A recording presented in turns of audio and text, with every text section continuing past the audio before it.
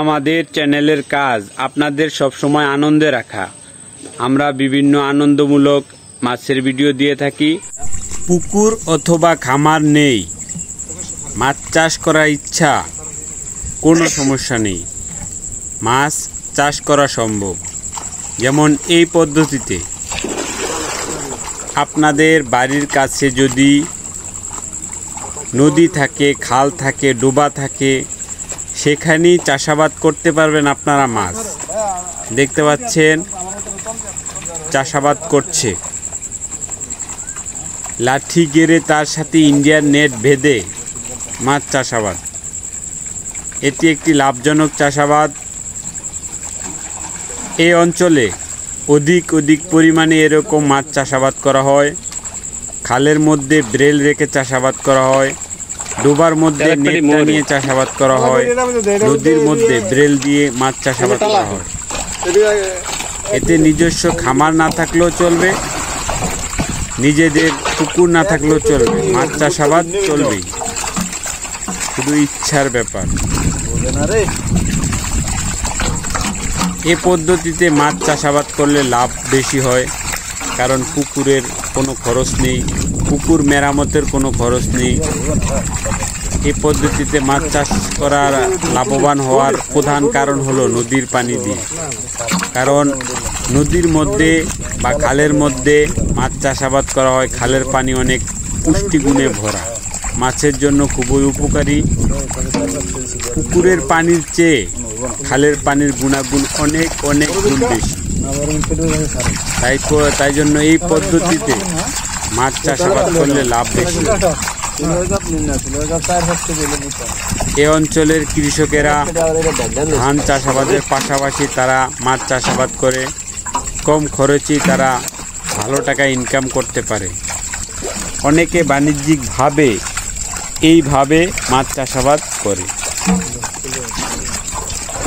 আজকে একটি নেটের কাছে আসছে, খামারি এই নেট থেকে মাছ বিক্রয় করে।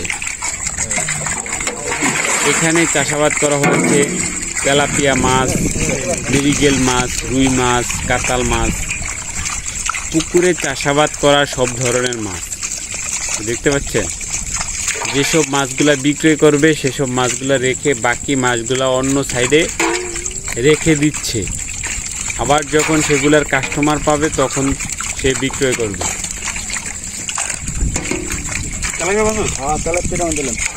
মাছের চাহিদা ভালো থাকায় বিক্রয়ের কোনো সমস্যা হয় না।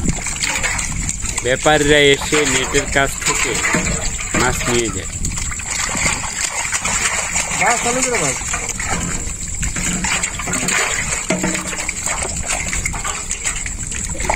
এই পদ্ধতিতে সব ধরনের মাছই চাষাবাদ করা যায়।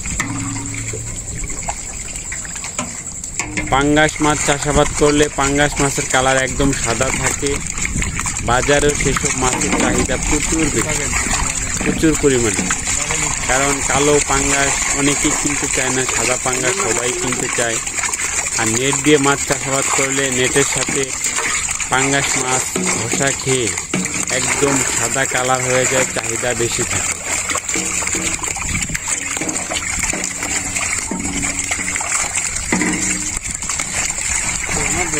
অনেক পদ্ধতি মাছ চাষাবাদ করা হয়, তার মধ্যে এই পদ্ধতিটা অন্যরকম। গ্রামের সবার পছন্দ এই পদ্ধতিতে মাছ চাষাবাদ করা।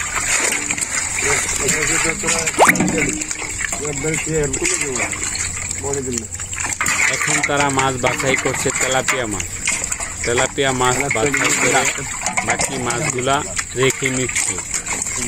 একজন ব্যাপারী আসছে, তার কাছে মাছ বিক্রয় করছে।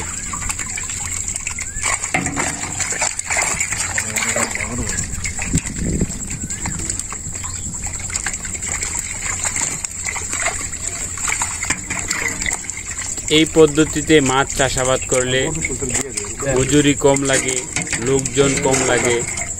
দেখা গেছে খামারে যদি মাছ চাষাবাদ করা হয় তাহলে অনেক লোকের প্রয়োজন হয়, কিন্তু এখানে মাছ চাষাবাদ করলে তেমন লোকজন লাগে না, একাই মাছ চাষাবাদ করা যায়।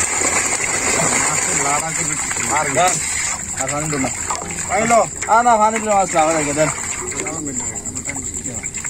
আপনি ভাত তুলে দেখানো আমি কালার আছে গ্রামে পানির মধ্যে থেকে মাছ পরিমাপ করে দেওয়া যায়। আপনারা দেখতে পাচ্ছেন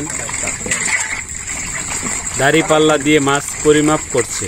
আমার রাখবো হাতে দাঁড়িপাল্লাটি তৈরি করা হয়েছে প্লাস্টিকের ঝাঁপি দিয়ে। একদম কম খরচে 20 টাকা করে 40 টাকা ঝাঁপির দাম। একটি দাঁড়িপাল্লা একটি সুতা থাকলেই দাঁড়িপাল্লা কমপ্লিট।